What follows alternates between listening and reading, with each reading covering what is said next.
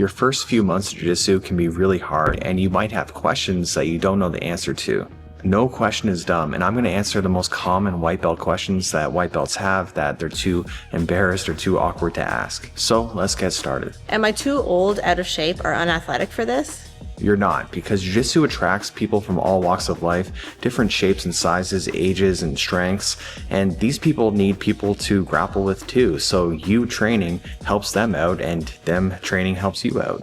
And most gyms have a good culture, so even if your physicality doesn't match with someone else's, maybe they're younger, stronger, more athletic, they're most likely going to treat you right if you're at a good gym. It's totally normal to see some 15-year-old rolling just fine with some 40, 50, 60-year-old because they know how to treat their training partners right. How often should I train? In my opinion, 2 to 3 times per week is ideal for most people. When you go beyond that, that's usually for competitors or people that are just very much in love with Jiu-Jitsu and obsessed with it. And that can be good, but it can also lead to burnout or injuries or just overtraining in general. 1 time per week likely isn't enough in most cases. It's definitely better than nothing, but I think for most, 2 to 3 times per week is that sweet spot of being enough but not too much. But it really depends on your goals, what you're looking for out of the sport. Is it normal to feel completely lost? It's completely normal to feel lost. That's probably the most common question I get from beginners is, what do I do?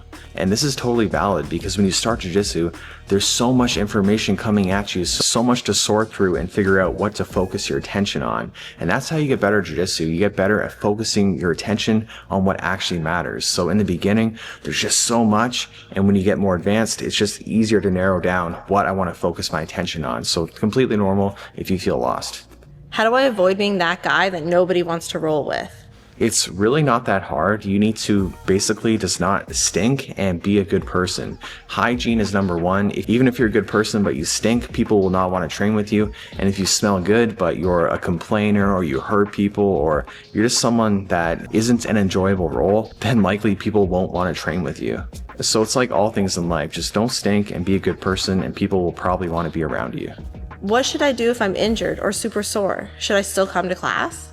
It really depends because it can be very useful to show up to class and watch class, but oftentimes what happens is people show up to class injured and they just can't help themselves. They end up rolling and they might end up hurting themselves. This is something that's happened to me. One time I hurt my ankle really bad and I showed up to class a week later and I hurt my ankle even worse than it already was and I had to take more time off than I would have otherwise. Is it rude to ask a higher belt to roll? It's absolutely not rude to ask a higher belt to roll, but at the same time, I don't think it should be interpreted as rude for a higher belt to say no. Sometimes I just want a hard night. I want to roll with people that are going to push me and really make me work. And I always feel bad saying no, but I need to look out for my own training too. But there's nights where I don't really care who I roll with and I'm more than happy to roll with a brand new person, but it just depends on what I want out of that specific night. What do I do if someone's going super hard and I don't feel safe? Communication fixes most things in life. So what you need to do is communicate with them and tell them they're going too hard. But that doesn't mean that they're going to listen. And if they don't listen, the best thing you can do is tell your coach. It's really their job to make sure that they provide a safe training environment. But it can be hard for a coach to know someone is being unsafe if nobody tells them. So if someone is being unsafe and you tell your coach, that can also help make sure that they don't hurt somebody else and be unsafe with somebody else because other people might be too shy to tell their coach. So really, if you can, you should tell your coach and they can deal with it.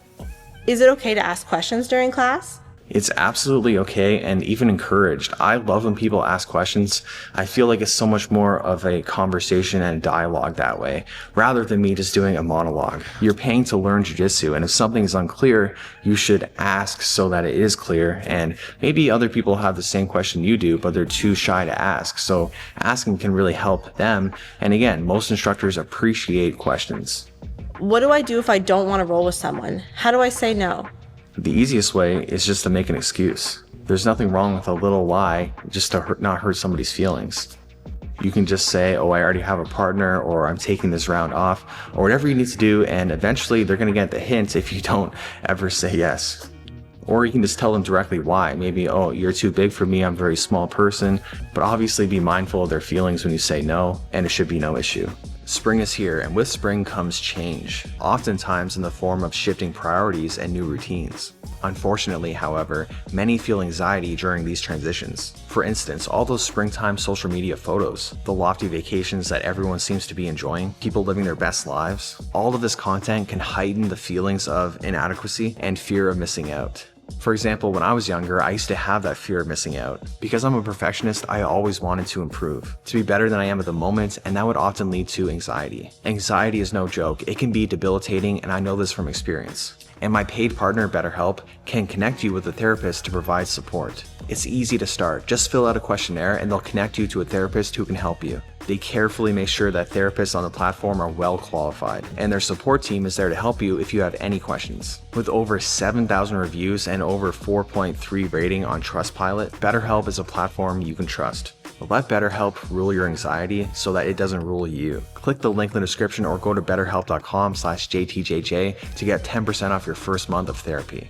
What if I fart during a roll? You basically have 3 options. You can own up to it and be like, oops, sorry about that. 2, you can just ignore it. And 3, just blame it on someone else. This is probably the best way of dealing with it. You just say, oh man, do you smell that? I just want you to know that wasn't me.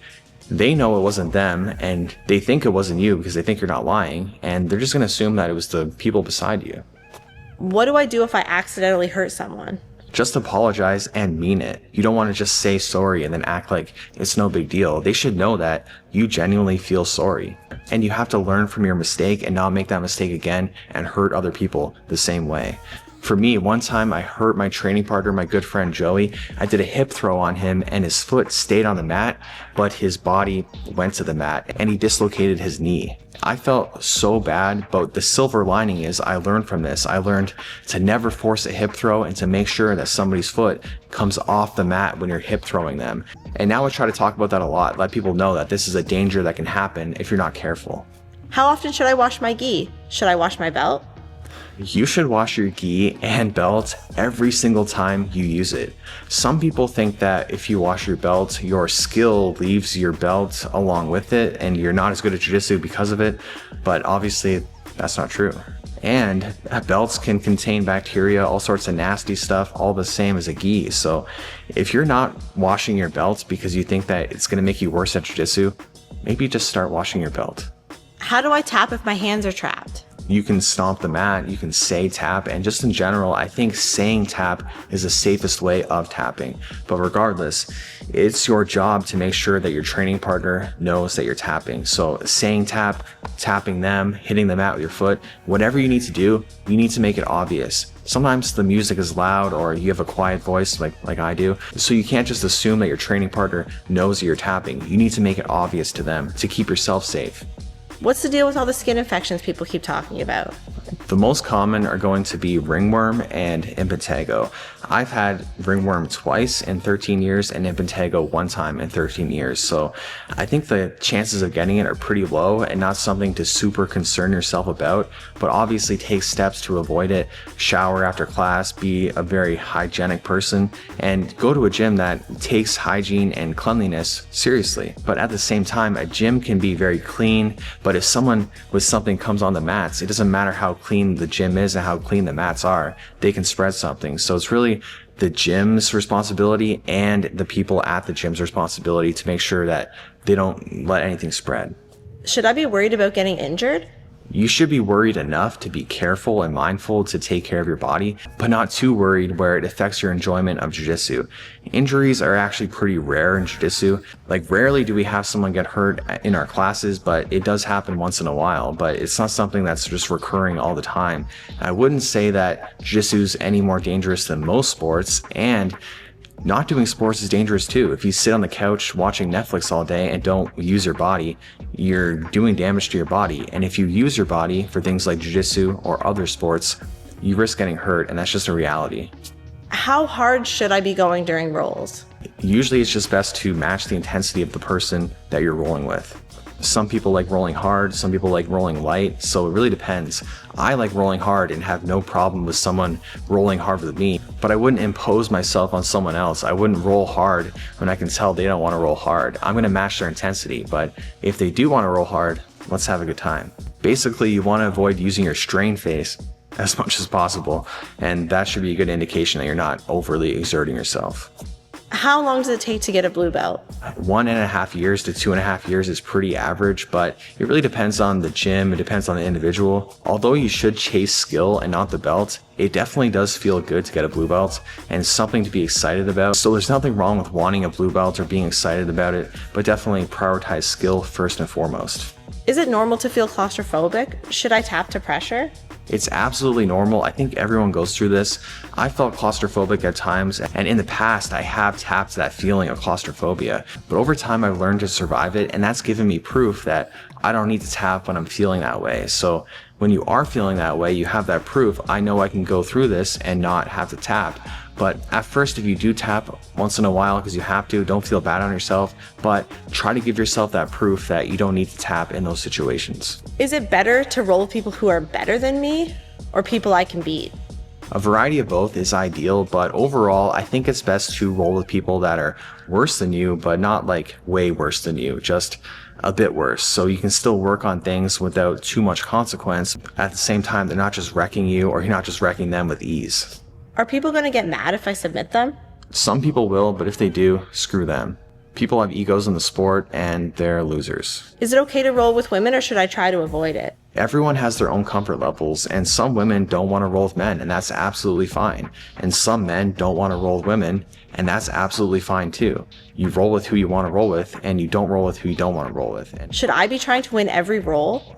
not every roll, and you need to understand we are just training, but at the same time, there's this misconception in Jiu-Jitsu where it's always just training and you shouldn't try to win, and I disagree with that. I think that there is a time and a place to be competitive. Like, that's what makes the sport fun. There's guys I train with, I'm trying to beat them and they're trying to beat me. If I beat them, good on me. If they beat me, good on them. But make no mistake, we're trying to beat each other. Why does it feel like I instantly forget everything as soon as I start rolling? Because you're probably focusing too much on technique specifically and not enough on the objectives. It's hard to remember some 10-step technique, but if you focus on the objectives, like I need to pin this person's shoulders to the mat, I need to get past their feet first and then past their knees, stuff like that, very specific and important objectives, that's way easier to remember, and that's how you actually get better. How do I handle getting paired up with somebody that's way bigger and stronger than me? Practically, you want to keep their weight off you, stop them from smashing you, from pinning you down to the mat, not letting you move. And mentally, you want to just approach it like, I'm going to beat you anyways. I've competed against some huge guys before, and although I was nervous, I still went into the match with the mentality of, I don't care that you're big because I'm going to beat you and it's going to be that much more enjoyable. How do I deal with being embarrassed or frustrated after I get dominated? Just realize that there's someone that can dominate the person that just dominated you. You need to zoom out and realize so many people get dominated in Jiu-Jitsu every single day. It's just the way it is. It's a tough sport. You can enjoy something and not be the best at it. If you want to be the best at Jiu-Jitsu, then definitely be hard on yourself and that'll make you better. But if you have no plans to be the best in the world, then what does it really matter if there's people that are better than you? There will be people that are better than you unless you're the best. How do higher belts seem so calm while they're rolling? It's because we are calm. We don't have 1,000 things we're focusing on. We know what to focus on, and because of that, we can relax a little bit more. It's like if you have anxiety about something, you can't stop thinking about it. Well, in Jiu-Jitsu, when you're a higher belt, you can stop thinking. A lot of times I'm not thinking while I'm rolling, and then 5 minutes goes by, I'm like, oh, the roll's over. Is it normal to just want to quit? Anything tough, anything challenging, it's absolutely normal for people to want to quit. And Jiu-Jitsu is no exception. I've wanted to quit at times, and so many people I know that are black belts have wanted to quit at times, but we didn't. A black belt is just a white belt that didn't quit. And that's a really important quote that's very true. What's the best way to get better faster? The best way to get better at Jiu-Jitsu fast is to learn the objectives of Jiu-Jitsu, learn the theory, the concepts behind Jiu-Jitsu, and you're in luck because I have my Jiu-Jitsu theory course on sale for 10% off if you use code YouTube10. Use code YouTube10 and start learning the objectives, and I guarantee your Jiu-Jitsu will skyrocket. Alright, let me know if you have any questions that I didn't answer, and I'll make a part 2 to answer them. Thank you for sticking around until the end of the video. If you're still here, please leave a comment or a fist bump, and I'll see you guys next time.